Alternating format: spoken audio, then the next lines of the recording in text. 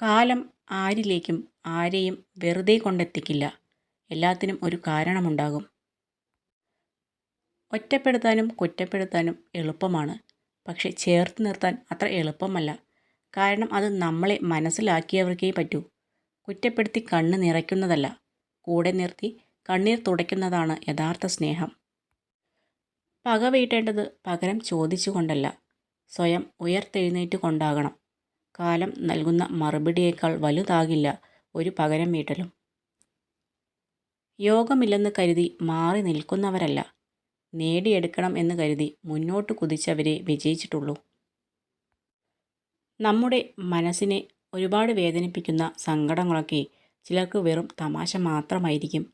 ആ സാഹചര്യത്തിലൂടെ കടന്നു പോകുമ്പോൾ മാത്രമേ നമ്മൾ അനുഭവിച്ച വേദനയുടെ ആഴം അവർക്ക് മനസ്സിലാകൂ. നിങ്ങൾക്ക് വേണ്ടി സംസാരിക്കാൻ മറ്റൊരാളെ അനുവദിക്കരുത്. നിങ്ങൾക്ക് വേണ്ടി പോരാടാൻ മറ്റൊരാളെ ആശ്രയിക്കരുത്. കഴിഞ്ഞു പോയതിനെക്കുറിച്ച് ഓർക്കാതിരിക്കുക.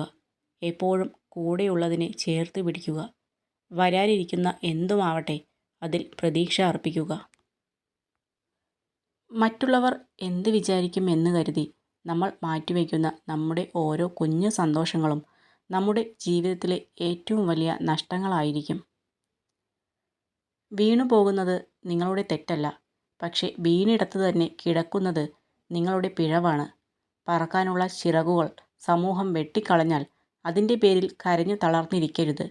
ചിറകുകൾ സ്വന്തമായി തുന്നുക. അതിരുകളില്ലാത്ത ആകാശത്ത് പറന്നുല്ലസിക്കുക.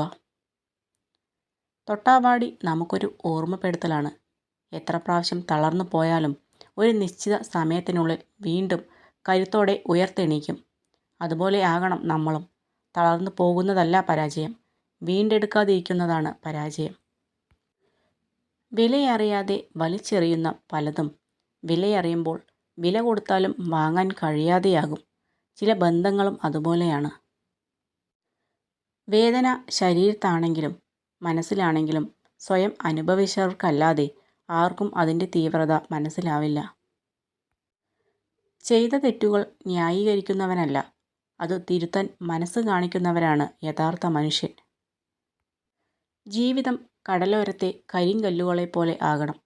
പരിഹാസങ്ങളും കുറ്റപ്പെടുത്തലുകളും തിരമാലകളെപ്പോലെ വന്നാലും പതറാതെ നേരിടണം. ജീവിതം മനോഹരമാക്കാൻ തേടിപ്പോവാതെ തേടി വരുന്നവരെ ചേർത്തു പിടിച്ചാൽ മതി. മുഖത്തു നോക്കി കുറ്റം പറയുന്നവരെ നമ്മൾ വെറുക്കും. എന്നാൽ ഒളിഞ്ഞിരുന്ന് കുറ്റം പറയുന്നവരെ നാം വിശ്വസിക്കും. അതാണ് ഈ ലോകം. രണ്ട് കാര്യങ്ങൾ എപ്പോഴും ശ്രദ്ധിക്കുക.